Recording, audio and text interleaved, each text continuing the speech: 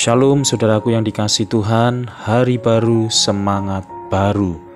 Mari kita persiapkan hati kita pagi hari ini sebelum kita memulai aktivitas kita. Kita rindu mendasari dan melandasi kehidupan kita dengan mendengarkan firman Tuhan. Mari kita berdoa. Bapa di dalam surga, kami bersyukur Tuhan pagi hari ini atas waktu, atas kesempatan, atas nafas hidup dan segala hal yang baik yang Tuhan boleh kerjakan atas hidup kami. Sebelum kami melakukan aktivitas sepanjang hari ini, kami rindu kembali mendasari hidup kami dengan mendengar kebenaran firman Tuhan. Berbicaralah kepada setiap kami ya Tuhan, kami siap mendengarkannya. Di dalam nama Tuhan Yesus kami berdoa. Amin. Bapak Ibu Saudara yang dikasihi Tuhan, firman Tuhan pagi hari ini dengan tema Ebenezer. Sampai saat ini Tuhan terus menolong kita. Terambil dari kitab 1 Samuel pasal 7 ayatnya yang ke-12. Demikian firman Tuhan. Kemudian Samuel mengambil sebuah batu dan mendirikannya antara Mispa dan Yesana. Ia menamainya Ebenezer. Katanya, sampai di sini Tuhan menolong kita. Amin. Saudaraku yang dikasihi Tuhan, hidup kita adalah seperti sebuah perjalanan. Kita tidak dapat menduga apa yang akan terjadi di dalam perjalanan kehidupan kita hari ini, esok, atau di masa yang akan datang. Demikian pula yang dialami di dalam perjalanan kehidupan umat Israel, di mana mereka mengalami kemenangan yang diberikan oleh Tuhan. Demikian juga mereka pernah mengalami kekalahan. Kemenangan bangsa Israel atas bangsa Filistin adalah kemenangan yang diberikan oleh Tuhan kepada mereka. Kita tahu bahwa bangsa Filistin adalah musuh bebuyutan dari bangsa Israel. Walaupun bangsa Israel menang, ternyata sebelumnya mereka juga mengalami kekalahan yang hebat dari bangsa Filistin yang menyebabkan puluhan ribu tentara Israel tewas, dan bahkan tabut perjanjian atau tabut Allah dibawa oleh orang-orang Filistin dan disandingkan di rumah dewa mereka, yaitu dewa Dagon. Tetapi justru saudara, orang-orang Filistin kena tulah karena mereka menyandingkan tabut perjanjian ini di samping Dagon.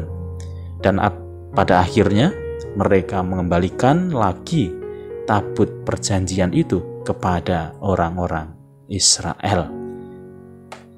Saudara yang dikasihi Tuhan, di bawah kepemimpinan Nabi Samuel, maka Allah memberkati bangsa Israel. Allah memberi kemenangan dan Allah menolong dalam kesesakan yang mereka alami. Tetapi ada perintah Allah yang harus dilakukan oleh orang Israel untuk menerima pertolongan Tuhan. Yang pertama, orang Israel harus meninggalkan berhala yang mereka sembah. Berhala Baal dan Asytoret menjadi kekejian di mata Tuhan. Baal dan Asytoret adalah dewa-dewi yang disembah orang-orang Kanaan, yang dipercaya sebagai dewa-dewi kesuburan. Dan Allah menginginkan orang Israel meninggalkan berhala yang mereka sembah kalau mereka mau dapat ditolong oleh Tuhan. Saudara yang dikasihi Tuhan, dalam masa kini mungkin berhala tidak berwujud patung atau benda-benda yang menyeramkan. Terkadang ketika kita merasa diri kita jauh lebih baik dari orang lain, tanpa kita sadari kita sedang memberhalakan atau menyombongkan diri kita, berlaku sombong rohani. Dan pasti Allah menentang orang-orang yang sombong, yang congkak, dan Allah mengasihi orang-orang yang rendah hati. Jika hidup ini kita percayakan kepada harta atau materi, maka sesungguhnya kita sedang memberhalakan harta duniawi ini. Padahal firman Tuhan berkata, harta dunia ini akan dimakan oleh ngengat dan karat. Seringkali juga kekhawatiran dan ketakutan menjadi berhala bagi hidup kita, karena menghilangkan iman dan kepercayaan kita kepada Allah. Dan Tuhan Yesus berkata, janganlah kamu khawatir akan apapun juga, Saudara yang dikasihi Tuhan, mari lepaskan segala sesuatu yang dapat menjadi berhala di dalam kehidupan kita, yang menggantikan keyakinan kita kepada Tuhan, yang menggantikan iman percaya kita kepada Tuhan. Dan yang kedua, saudara, Allah menghendaki setiap umatnya, yaitu beribadah hanya kepada Dia saja. Tuhan ingin umatnya yang sudah dipilih dan dijadikan sebagai umat kepunyaannya, memberikan hidup mereka untuk menyembah dan berbakti kepada Allah, bukan kepada yang lain. Ibadah itu adalah tanggung jawab umat Allah. Karena itu jelas tidak benar jika ibadah dijadikan sebagai sarana untuk mencari berkat Tuhan. Firman Tuhan berkata, jika ibadah disertai rasa cukup, maka hal itu akan memberikan keuntungan yang besar.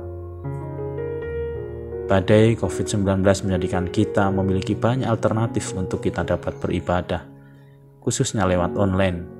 Tetapi juga jangan sampai kita menjadi terlena dan kehilangan semangat gairah roh dari ibadah yang berkenan kepada Allah. Karena ibadah yang sejati adalah ibadah yang memberikan hidup dan segala yang melekat di dalamnya, baik materi, berupa persembahan kita, waktu, tenaga, pikiran, ataupun yang bersifat rohani, yaitu karunia, ketaatan, iman, dan kasih kita. Dan yang ketiga, saudara, Allah menghendaki supaya umatnya menundukkan diri kepada Allah. Nabi Samuel memimpin orang-orang Israel dalam keadaan tenang atau ketika mereka dalam keadaan peperangan. Umat Israel meminta agar Samuel berseru dan berdoa kepada Tuhan agar mereka diberikan kemenangan dan diluputkan dari bangsa Filistin. Dan Tuhan memberikan kemenangan kepada orang-orang Israel. Orang-orang Israel membuka hatinya untuk dibaharui, dipulihkan, dan diberkati. Saudara, ketundukan diri kepada otoritas Allah menunjukkan tingkat kedewasaan berpikir dan bersikap orang-orang yang dipilih oleh Tuhan. Menundukkan diri bukan berarti kita menjadi lemah atau minder, tetapi justru menjadikan kita pribadi yang tangguh, pribadi yang tidak gampang menyerah dan terus mengalami hidup yang berkemenangan di dalam Tuhan. Amin. Bapak, Ibu, Saudara yang dikasihi Tuhan, mari kita berdoa. Bapa, terima kasih untuk firman yang boleh kami dengar hari ini. Kami percaya Tuhan, pertolongan Tuhan senantiasa nyata dalam hidup kami. Ebenezer, sampai di sini Tuhan menolong kami. Sampai saat ini dan bahkan sampai selama-lamanya, Engkau terus menolong kehidupan kami. Ya Tuhan, hamba-Mu menyerahkan kehidupan setiap kami sepanjang hari ini. Segala hal yang akan kami lakukan dan kerjakan, kiranya Roh Kudus yang akan menuntun, menyertai dan mengarahkan setiap langkah kami. Engkau memberkati apa yang kami kerjakan, Engkau memberkati usaha kami, Engkau memberkati setiap pekerjaan kami, Engkau memberkati keluarga kami ya Tuhan, Engkau memberkati setiap pendidikan kami, bahkan setiap hal perkara yang boleh kami alami, sakit, penyakit, kelemahan, pergumulan, persoalan hidup, kami percayakan hanya ke dalam tangan kuasa Tuhan. Mari ya Tuhan, Engkau yang beracara di dalamnya, kami percaya semua akan indah, semua akan baik, semua sesuai dengan apa yang Tuhan mau terjadi atas kehidupan kami. Terima kasih Bapa di dalam surga, kami serahkan waktu dan kehidupan kami. Biarlah Tuhan sendiri yang akan terus menyertai. Bapak, Ibu, Saudaraku yang dikasihi Tuhan, arahkanlah hatimu kepada Allah dan terimalah berkat-Nya. Tuhan memberkati engkau dan melindungi engkau. Tuhan menyinari engkau dengan wajah-Nya dan memberi engkau kasih karunia. Tuhan menghadapkan wajah-Nya kepadamu dan memberi engkau damai sejahtera. Di dalam nama Tuhan Yesus Kristus, Juru Selamat dan Penebus hidup kami berdoa dan bersyukur. Amin. Saudara yang dikasihi Tuhan, selamat pagi, salam sehat dan tetap semangat. Sampai berjumpa di lain kesempatan. Tuhan Yesus memberkati.